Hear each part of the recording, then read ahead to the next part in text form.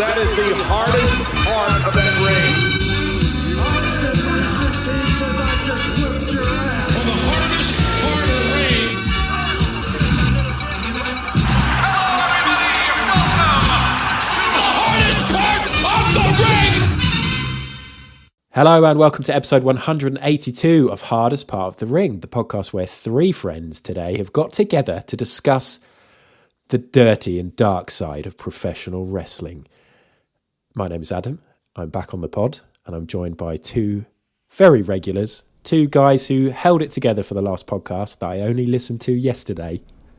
I can't believe son of a What? bitch. I only listened to half of it because then it got to the Orange Cassidy and Will Ospreay review and I was like, fuck, I need to watch this. I haven't watched it and I can't listen to you talk about it.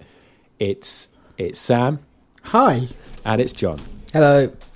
Sorry, guys. I mean, we're going to talk about this at the end of the pod about what's been happening with our love for wrestling and how much we've been getting involved and stuff. But yeah, I didn't even listen to it, but I did yesterday.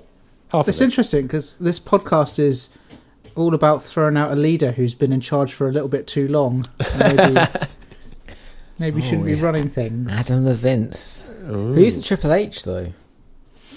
Sam, is it? Yeah, Sam likes to think of himself as Triple H. He's definitely I'm Sam. Kevin Dunn. I was going to say you're Kevin Nash, you're big sexy. Oh, I'm not big or sexy though. I'm more. Would you be by Shawn Michaels? Would I take Shawn Michaels? We both know Brett wouldn't be Shawn Michaels, would he? No, never. Brett is Shane McMahon, who turns up every 6 months or so. Yeah, and then gets sent away again. Brett can't be here. Brett's busy, and we'll be talking about that as well. He's been a busy boy. He's got loads going on. He's always busy with his work. The problem is that Brett's really talented. Yeah. So he gets booked to do work all the time. So that's annoying. Anyway, we've all had lots going on. We'll talk a bit about that. Basically, we are here to talk about, we're going to react live to Vince McMahon and all the horrible things he's done. Well, we're skimming the surface. There's a few things that we know about now. There's no doubt fucking loads left that will come out. And then we're going to talk a bit about the future of the pod. We already did an episode, didn't we, towards the end of the speaking out and the lockdowns? We did, and things. yeah. We time our kind of news pods with big wrestling news. It's kind of like a synergy thing. And we get an email from Nick Khan and we kind of plan things out, yeah. And the great thing is we do our announcements on the pods that usually get the least amount of listeners. But it's the hardcore, you that's listening right now, that you're the ones that we want to update with this stuff. You are our Terry Funks. Oh, God, that's not good. That's great. No? That's a great compliment. You take that. Aye, aye. The last podcast was the AEW and New Japan Forbidden Door pay-per-view review. I really enjoyed listening to you guys. It sounds like it was very good. I know that other people loved it. It was great. A great pay-per-view. Yeah. Good. Although at the end of it, I was like, I'm going to watch G1, and then I haven't watched any of the I was going to say, I was going to call you out on that. There's no way you've watched any G1. To be fair, I didn't even realise it had started until the other day. I was like, shit, the G1's on. I think the G1 is kind of like a wrestling marathon. You need a good group of friends who are all going to be kind of pushing each other to do it, even though no one wants to watch it all. Yeah. So many tag matches. Oh dear, I'm definitely not watching that. Anyway, let's have a little sting, a little reminder of the lovely stings available on this podcast, and we'll be back shortly to talk about Vince. Balor chin first into the hardest part of the ring. Uh-oh. All right, Vince McMahon is retired. Yeah, right. Ding dong, the witch is dead. We've wanted this for fucking ages. We've dreamt of this. And never thought it would happen either. No, and actually probably thought we'd be celebrating a lot more, but it's a weird time. I think it's almost obvious now in retrospect that this was the way he was going to go. Not with a massive heart attack, not blown up in a limo, but under a cloud, under a scandal for being a old white man billionaire who has probably got a lot of skeletons in a lot of closets. I mean, he's literally covered up a murder, allegedly. So yeah. It's completely mad. It's the whole thing with wrestling in general, isn't it? How much dirt, dark, dirty, actually obscenely awful, against the law kind of stuff that goes on. And you brush it under the carpet a lot of the time. You're like, well, it doesn't matter because it's fun watching these guys do flips or whatever. We always knew that there was all this stuff. you hear the rumours and it's all believable because of the kind of man that he is. Weirdly, though, I always saw Vince as quite sort of asexual. What? Yeah, I never saw him as like this like pervy sort of lechy sort of dude. Just because, obviously, he's been married to Linda forever. I obviously know. Yeah, I think it's genuine love. well, not so much genuine. I know that obviously I don't think they've been close. You saw what he did to For a her long time. when she was in a wheelchair. Yeah, when she was comatose. I know, outrageous. But yeah, just because, I just never saw him as. I didn't think Vince would leave because of some sex scandal. I thought it'd be because of probably some race scandal. Actually, was I thought. I mean, I think kind of in retrospect, it makes sense he was to go under a scandal. If I had to list the amount of scandals and like kind of the likelihoods of each one, I think a sex scandal was probably the least likely because I'm positive that must be like the most open secret of open secrets. Yeah. It feels as if it's like a bit like the stuff with the Tory party and Dominic Cummings, like releasing bits. I feel like there's lots of stuff that's probably known about, and there's going to be more stuff that's going to come out, and it's just like, Vince, you've just got to fucking retire now, because if these stories come out while you're still head of the company... I mean, I think maybe there is an argument to say that kind of the company has grown to the point now where they are probably looking to sell it to a Disney or ASAP. something. Oh God. And like, in my opinion, you just need to kind of cut the dirty parts out ASAP. They'd be lucky to sell it to us at this stage. Like, Oh, who's going to want to buy it? I think lots of people would be still in for it. Yeah, you're probably right. I think the Someone else dirt dodgy. they've got on Vince must be really bad because he is such an asset to that company. I'm like, just he wondering, is like, WWE, and I think what for dirt? the stakeholders, like they just want to dirt? reduce the risk. They would not want to get rid of him unless they really had to. What dirt could possibly be dirtier than the guy may have covered up a murder? Like, Well, the fact he spent £12 million of company money to hush up stuff. And is did probably- you see what came out? So I don't know. I there could be people listening who maybe don't keep up to date with wrestling that much, and just use Hardest Part of the Ring to keep them fully up to could date. you imagine? and finger on the pulse. what an exciting month that's been for them. But I just thought I'd quickly read this because it quickly summarises it for people that don't know. But on Friday the 22nd of July, Vince McMahon announced his retirement amid a series of alleged affairs which he kept quiet with hush money. Earlier in the month, the Wall Street Journal reported that McMahon had paid $12 million to 4 women over the past 16 years to silence their allegations of sexual misconduct and infidelity. Then there's the $3 million paid in hush money to a woman with whom McMahon had an affair, which was the first allegation to emerge. Then there's stuff about $3 million hush money to an ex-female employee who had worked as a paralegal and was involved in an alleged affair. Then there's loads of stuff that I hadn't even heard about. Have you guys seen Parks and Recreation? Yeah. And there is the governor who basically every time he's on TV, he's just talking about a sex scandal he's involved in. Just very much reminds me of the same character. The dentist one? No, like literally the guy who runs the city. He's a bit part character. Councilman Dexhart, I think. Doesn't ring a bell. It's fine. It's an obscure reference. Let's continue. Great reference. Also, 2 days ago, apparently WWE have found $14.6 million worth of payments by Vince that weren't recorded as company expenses, and there's some sort of dodgy thing going on there. How do you miss £14 million? Like how do you miss that in the account? It's from 2006 to 2022, but still. Like, who's your accountant? Someone is going to blow to the finance team around this. This is outrageous. Ted DiBiase is his accountant. Imagine you're the accountant of Vince and you go in the office and you just be like, how intimidated would you be? Be like, oh, we've noticed all these things. And he'd be like, did you notice them? Okay, sir. Or, yes, I did. You're fired. It's amazing. Vince, where are the 14 million? Oh, it's all a work. It's fine. Yeah. This is the weird thing when you've got this fucking soap opera and this weird, kayfabe company. I mean, who's also an actual company. Like, it feels like he's been treating this like the good old days of 80s wrestling, despite the fact it's a publicly listed stock company. It's crazy.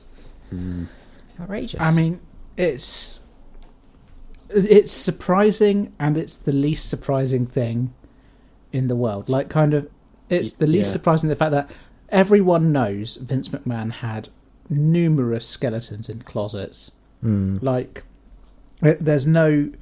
Anyone would have told you, oh yeah, he is a corrupt piece of shit. What is surprising is just the fact that they got him. Yeah. They've actually pinned him dead to rights and said, actually, no, hold on. Yeah. You got to go. That's wild. I'm still surprised it's happened. I honestly thought he'd die there. Like, I thought there's no way he'd voluntarily step down. Yeah, I mean, the sad thing is that in a world where it is trying to blend together kind of fiction and reality to make kind of your storylines seem like they're real even when they're not, it's so hard to not believe, oh, guess whose music that is? It's Vince McMahon, here he comes, and just believe the reality of the situation. And that's the thing, because I want to say, but this is definitely it. But fast forward 3 years. Do you believe? Doesn't it? Hits. Shall we take a little poll? Who believes this is truly the last time we've seen Vince at WWE? No hands up. No hands up, but it's like proper journalists in that area. I mean, I was about to say, is any wrestling journalist a proper journalist? But sorry, no disrespect. But None taken. seem to do. I've seen a couple of articles when I was frantically Googling just before the pod when I realised I hadn't done much prep, who have said, this is it. This is it. For him. He is 77. My argument against this would be... Especially if they get bought out. Hulk Hogan is the most famous wrestler to have ever lived, in my opinion. Synonymous with wrestling and probably transcends it. And a few years ago, it came out that he had said some absolutely abhorrent racist stuff. Like, just gross racism. No sugarcoating it, no denying it, just awful stuff. And there was a big scandal around all of it, and Hulk was kind of taken off WWE programming. And anyone else in the world, or any other company, that person is never going to be making a name for themselves again in a wrestling business. Or, well, in any business. Hulk Hogan has basically been welcomed back into the fold, and the whole racism thing has basically been swept under the rug. But that's an aging legend rather than the head of the company in the stock market and all this stuff that we've talked about. I don't know. I do get what you're saying. This is the thing. Vince McMahon, you've got Vince McMahon, the awful, terrible human being, and you've got Vince McMahon, the villainous character. True. And WWE are not morally or like even stupid. Like, they will bring back Vince at some point in time, just as a kind of, oh, ratings are a bit down, what do we do? Oh my god, it's Vince. Especially when the new people are his daughter and son-in-law. Also, with some of the people, like Bruce Pritchard's still there, creative. I kind of think Bruce has probably just got an earpiece in, and Vince is just doing the whole, when a manager gets into the stands routine. Yeah. I think Vince will definitely be back. Let's say that he isn't back. Let's say that he doesn't come back, because he is still 77. Oh, what do you reckon he does in his spare time now he's retired? What do you reckon Vince's retirement hobbies are? Like some crochet, maybe? It's just gym and spray tan back to back throughout the day. He's got like a Zen garden. He just rakes every day. We saw from his match with Troll AEW Pat McAfee. He's not doing American football or Little League football or whatever it is that involves kicking a football, because he can't do that. I think. Do you know what? I reckon within the year we'll see Vince McMahon do another Broken Skull session with Stone Cold, and I think he will be the headline Hall of Famer for next year's WrestleMania. No way. That is such a stretch. But then this is wrestling, so I can't ever say it. Exactly. You can't 100% tell me. No, they'll wait until he dies. They will wait until he dies. It is wrestling, but at the same time, couldn't he... I mean, what if he goes to prison? I mean, we used to say that about Donald Trump and stuff like that. People like this get away with stuff. But, I mean, if all these things keep coming back, surely... what Hulk Hogan did was bad, but it was an isolated incident that he can sort of apologise for and say, I've learnt from. Whereas this is back to back to back to back. Loads of indiscretions. it depends on how this goes, because like Vince McMahon retiring is very much to take the heat off the company and himself. I think it is a very naive and just cheap ploy to basically be like, all right, Wall Street Journal, no need to publish the article about me anymore or anything. I'm retired. I'm not important. It's just mudslinging. That's what I think the naive take on it is. I really hope that doesn't happen, because I think he needs to be held accountable for his crimes. Absolutely. But how wild would it be if he turns up on Dynamite as a new manager? Oh my God. I would actually love that. Although I wouldn't watch Who's that in the impact zone? That's the thing. I'd find out about it, so I wouldn't get the shock and the surprise. I wouldn't be watching it every week. So you said before recording that Brett has given some thoughts on this before we talk, because we could talk about if he doesn't ever come back, like what is his legacy. But has Brett got any shock thoughts? I bet he's gutted. No. He loves Vince, one of his heroes. Thoughts. Final payback for the school There are job. times when Vince McMahon is the last person I think of when I go to sleep and the first person I think of when I wake up. Oh, here we go. Is this your fan fiction again? He slowly touches. No. This should be great for WWE content. A change from Vince has been necessary for a while. Although, is Vince really going to let go, or is he just going to be controlling from a distance? Hard to imagine. Yeah. Hard to imagine it's just going to go from everything goes through Vince to nothing goes through him. I'm very sceptical. Vince is obviously a massive figure in wrestling and the driving force behind WWE being what it is. But also, there's been many an issue of him being a real-life baddie, supplying steroids, promoting talent to use them, also promoting women wrestlers to get breast augmentation, exploiting workers, independent contractors as opposed to employees so they don't get employee benefits. Good points. He's a billionaire, which immediately puts him in the bad guy club, supports Trump's campaign. Finally, accusations of everything we've expected of Vince using his position of power to abuse women. So, yeah, good riddance. You've long outstayed your welcome. I actually don't expect much to change backstage in WWE, but we may get some better storyline and matches. Oh my God. I feel like we should just do 4 pre-prepared statements for each podcast. It's so much more succinct and fantastic. That was really good, wasn't it? That was so good. I don't disagree with any of it. Where did he copy and paste that from? Yeah, good Lord. Yeah. It says like Meltzer or something here. Yeah, it is basically that. Is that I think he shouldn't be allowed to walk away from this. Is the big thing for me. Like in recent years, I think there have been a lot of scandals with incredibly wealthy men abusing their position of power. Yeah. And of course. It makes me cringe to think how many of them we don't even know about. Like, just the ones that we do know about are just the ones that have some gross. sort of public persona, you know. Yeah. There's Anyway, that's a sort of like a larger point, I guess. But what do you reckon his legacy is? Because it's hard. This my immediate thought was like, well, wrestling would like you can't imagine the wrestling landscape without Vince. no. You can't imagine wrestling being in the state that it is without Vince and becoming as big as it has. We wouldn't be here today if it wasn't for Vince. Well, we'd all be dead. We'd all be dead. Who knows? No butterfly effect. You've seen that Ashton Kutcher movie? It's possible to say that wrestling 5 stars. Wrestling without Vince McMahon is still territories across the US, and it never achieves the global reach that it has done, which has inspired all of us to love it and make podcasts about it and go to live events. Like, the impact Vince McMahon has had on wrestling certainly can't be understated. I think maybe there is an argument to say that it's grown, which is good, but it's also grown too much, which is bad, and it's kind of bred power and corruption. And how many of us really like WWE at the moment, or even for the last 5 years? I haven't even been reading what's going on with Roman Reigns the last few weeks. You know it's bad when I'm not seeing what the big dog's up to.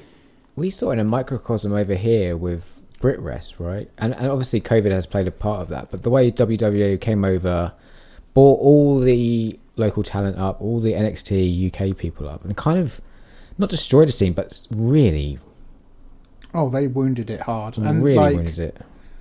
The thing is that most people, I think, would argue that wrestling has either not been as good since the Attitude Era or not been as good since the Golden Age. Like, those are very much the two pinnacles of WWE or WWF that people would hold up. I think that's weird, though. Because I think wrestling-wise, I actually think WWE is way better now than it ever was in the Attitude Era. This is the thing, is that they've definitely done a lot of things which are better now.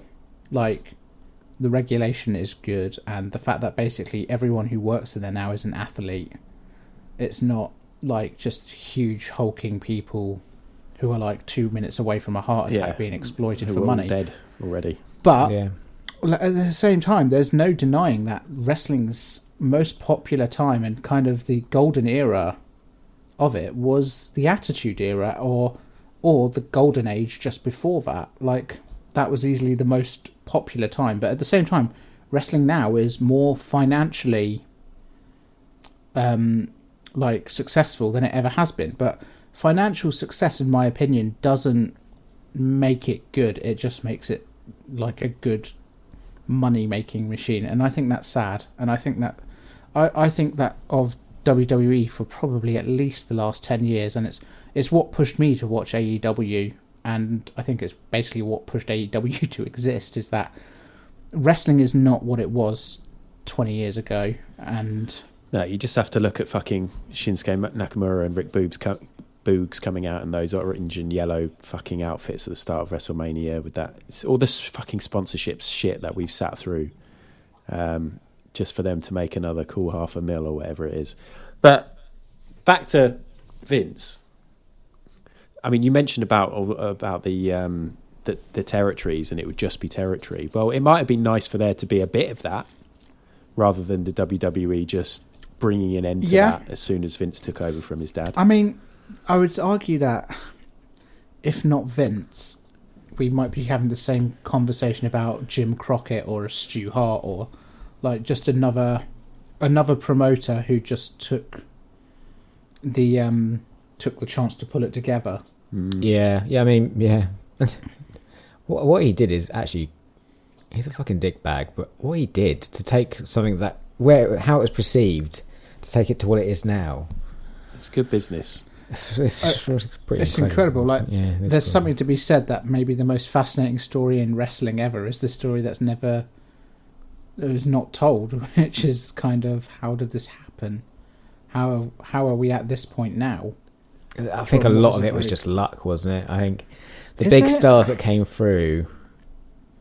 I don't know. I think there's something to it, which I would love to watch a TV series or a film about this, not made by the people who made are by WWE. Yeah, because just before Stone Cold became big, WWE was on the, like, it was nearly done for. Yeah, 100%. And like Ted Turner was gunning for it. Yeah.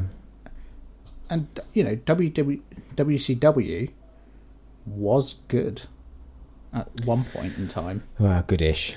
You need to qualify that. How are we defining good in this scenario? Yeah, good, fair point.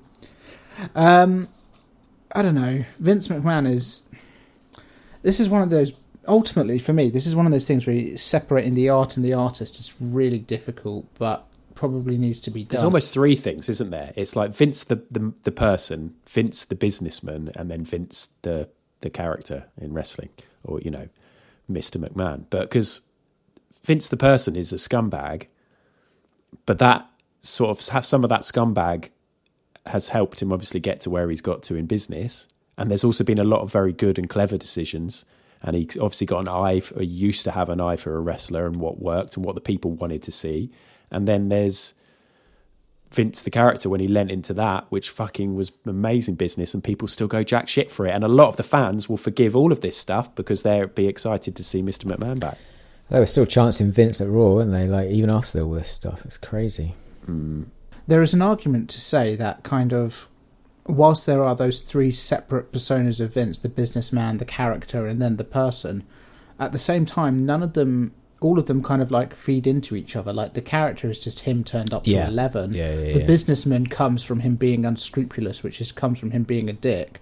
He makes all of this money, he makes all this power, he finds all this success, and it helps reinforce be a bad person.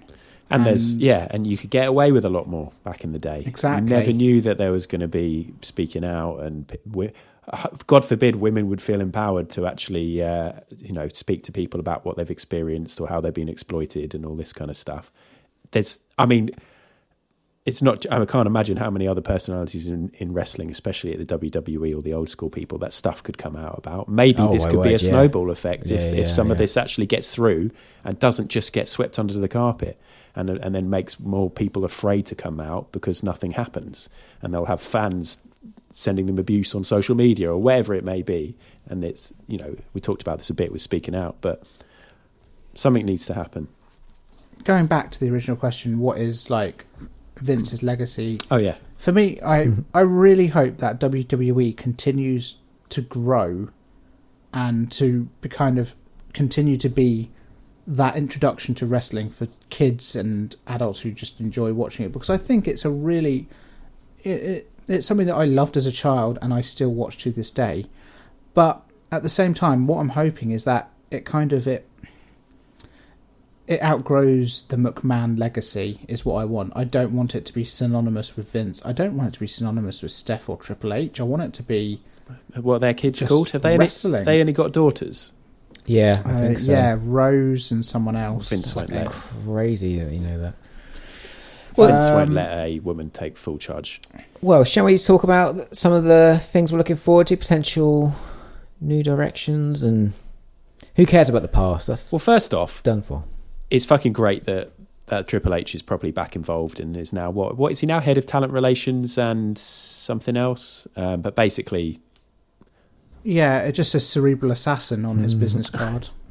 But I mean, you were talking about golden eras, and friend of the podcast, Scroobius Pip, and I think this is a bit of a push, but I wouldn't necessarily disagree with it, and I'm sure he would have a compelling argument. Says that NXT, proper black and gold era, is up there with the Attitude Era. Yeah, I agree. Yes, and that was that's true. To Triple H. It's some of the best wrestling I've ever seen. Yes, NXT reminded me why I loved wrestling. There was a good couple of years where they were just putting out absolute bangers, like weekly shows, pay-per-views. It was unbelievable. Hour-long weekly shows. Oh my god! Oh, that's the golden era. That was a lot of... Triple H was behind a lot of that, but at the same time, like, Dusty Rhodes was hugely involved. Albert, yeah, Shawn Michaels. Bill DeMott before that, even though he turned out to be a scumbag himself. There's that woman wrestler, I can't remember her name. Sarah Amato. Yeah. Like NXT, I would totally agree with Pip that kind of golden era NXT is some of the greatest wrestling I've ever watched. That said, I've also seen a lot of people say, "Oh, this is going to be a return to NXT." Oh, it is just not going to be that, in my opinion. Like, I don't see this ever. I'll be happy to be wrong about this, but could be good for Johnny Gargano. WWE is could be so much bigger than any one person who is dictating it at this point in time. They're still going to pull all the Saudi shows. They're still going to kind of have too much programming to make it engaging. Like, well, they've got all these agreements, different networks, different murderous states. It's a different product as well compared to, like, NXT was a wrestling show. WWE is sports entertainment. That is different. It's appealing to a different audience. But could this be the end of the fucking, who's the biggest guy? Who's the beefiest guy? Let's give this guy a push. Well, a little bit, but Triple H did like that himself. Kieran Cross, Samoa Joe, big dudes. Well, I think Cross was after that. Narratively, I hope that this ends up kind of having someone like Triple H run the show. I think would be good, and I think someone like Stephanie as well will bring a hell of a lot to it. I have a lot of time for Stephanie McMahon. I think she's a really good head. Oh yeah, we know what you mean. And I don't think her impact should be underrated with all of this. But, like, at the end of the day, take how good, amazing, like golden era NXT was, right? Yes, it was good. Is it good enough that you would want to watch 5 hours of it a week and then monthly pay-per-views and then shows off in bloody Saudi Arabia and here, there? Absolutely not. No. And that's not going to change. But it's not going to be hard to improve WWE. That's the thing. There'll be some quick and easy wins. They'll be pushing some fan favourites rather than the same old people. I think the best thing that could happen, the most morally pleasing thing that could probably happen as well, is for WWE to become good. Because that would kind of prove how bad Vince McMahon was. Yeah, it would be interesting to see what happens. Because obviously there'll be like... I don't think we'll see many changes in the short term. No. But I think there'll be some like really small... By him not being there might be some like sort of knock-on changes that you won't expect. Like just not having Vince screaming in the commentator's ears all the time. Be interesting to see what happens with like people like Is Michael Cole going to be silent for 3 hours? And also like not rewriting Raw whilst they're taping Raw, like those last minute all that kind of stuff. It'd be interesting to see, and maybe see if the consistency like some of the younger wrestlers or the wrestlers who didn't feel like they were Vince's kind of wrestler will be able to flourish and have confidence to actually go out there and do their stuff without thinking, well, I shouldn't try this spot because Vince will give me grief as soon as I go through the curtain. I mean, one of the biggest criticisms of almost every wrestler who left WWE for AEW was the scriptedness of the promos and how they didn't allow wrestlers to be themselves. And I don't think that is a coincidence that kind of wrestlers in NXT had surnames and then they come to the main roster and all of a sudden... I mean, that is a change we want to see, right? If anything, I want some double-barreled names.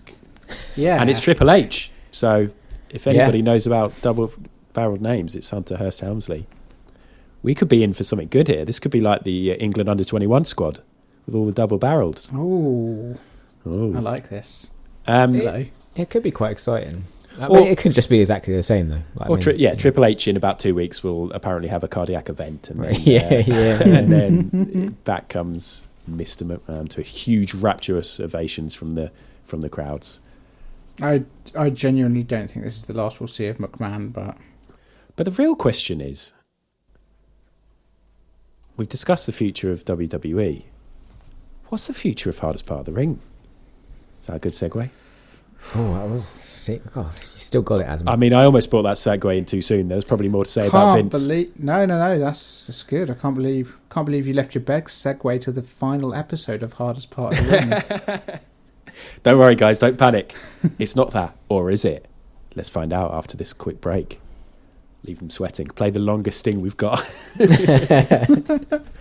Oh, wait a minute. No, Daniel Bryan's got Big Cass set up here on the apron. Hardest part of the ring.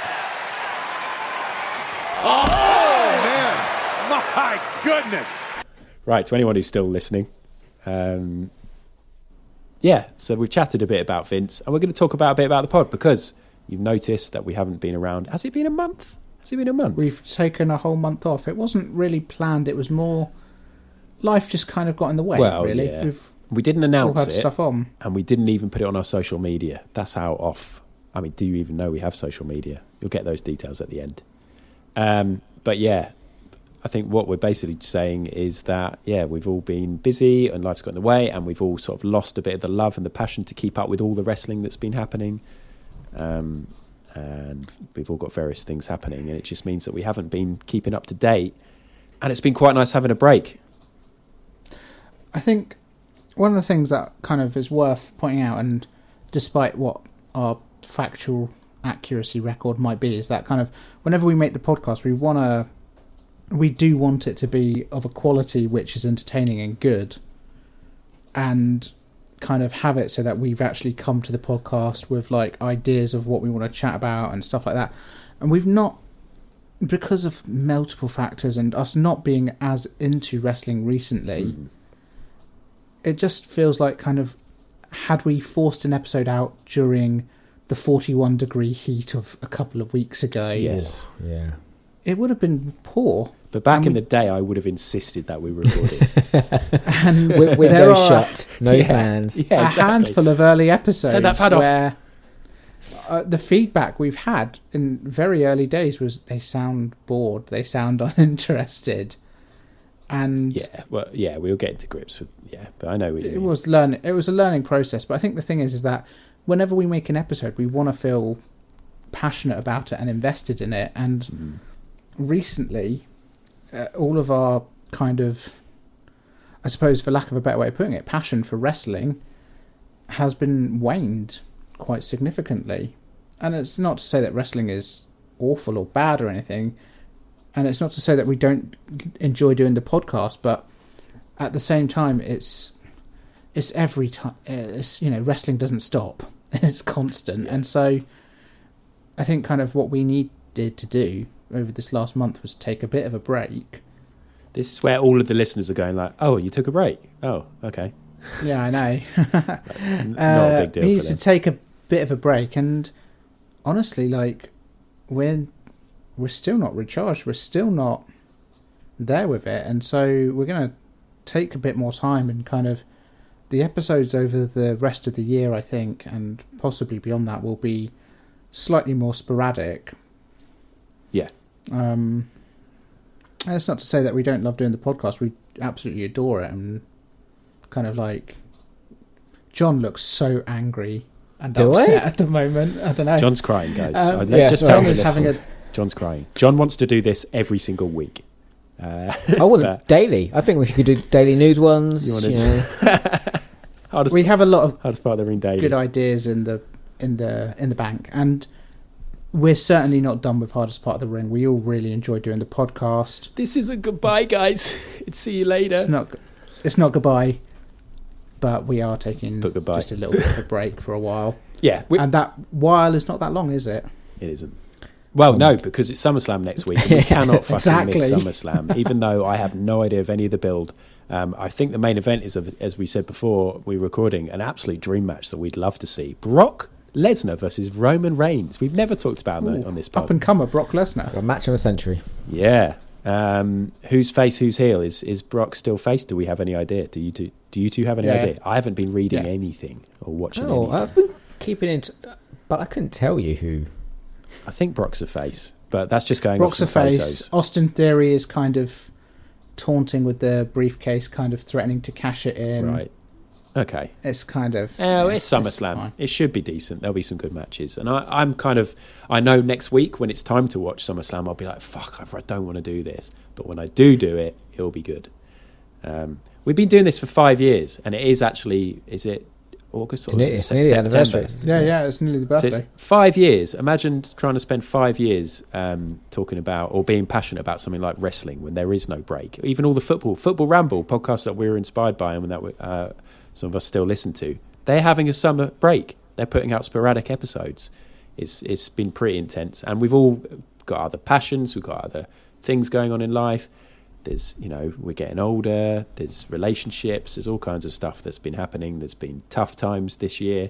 And so there's other things. I've started streaming, twitch.tv/ad_ad_ad. Get that plug in. And put the link in the description. But I'm well into that, and I'm passionate about doing stuff for that. And I feel a bit bad that I haven't been putting that time into the pod. But it's been 5 years. It's pretty mad. It's had a good run. We've had a good run. It's not over. We're going to do more Undertaking, and we're going to do more sporadic episodes, top fives, all that stuff. We want you guys to all keep in touch. I think we're probably going to do more of these kind of react videos, these react podcasts as well, where kind of big news happens and we jump in and just kind of chat about it. React about 7 or 8 days after it. Exactly. All right. Well, should we keep that a little brief episode? I think that's pretty good. Yeah. Got to go start reading up about the SummerSlam card. Yeah, precisely. But do feel free to get in touch. And if you think, wow, 5 years, I've been solidly entertained for that whole time. If only there was some sort of way that I could repay the love I have for this podcast, then John can tell you how at the end of this, how to get in touch info. So you can email us hardestpartofthering@gmail.com, or you can get us on social media at hardestpartpod. And if you would like to give us a donation, it all helps us very much and we're very appreciative. You can get us at co-.com/HPOTR.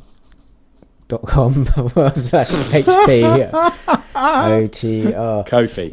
It's Ko-fi. It's just weird reading out web addresses. It is. It's ko-fi.com/HPOTR. Speaking of which, I've had emails about our hosting, and I don't think we've talked about that for ages. Because we pay monthly to host the podcast, and I want to keep it up there forever. I want our grandchildren to listen to it. Or I should just download them all. Anyway, whatever. We'll still be doing the undertaking by the time my grandchildren are around. Yeah. So one day we'll do another episode of that. Can we quickly call out as well? There is another Brett. Hardest Part of the Ring podcast. Oh yeah. Don't give them the airtime, guys. They've Come at us, bros. No. They've been around for a little while. Have they? Not as I long, thought they were new. Not as long as us. They've been around for about a year. I messaged them on Twitter. I was like, "Hey, we've got that name," and they were like, "Yeah." And then I had no comeback.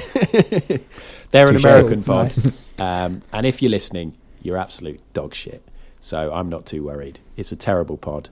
This is the best, hardest part of the ring that there ever has been, there ever will be. I could have made that into more of a Bret Hart type Then, thing. now, forever. Together. Is that what they've added?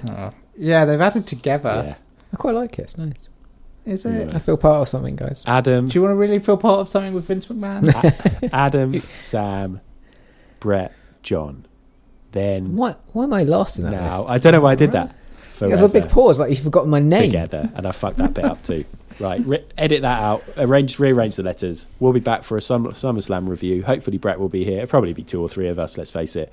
But thanks for listening for the whole of the 5 years, if you have, or if you're new, that's great too. Thanks, Sam. Bye. Thanks, John. Thanks, guys. And shout out to the medium-term listeners. You're important as well.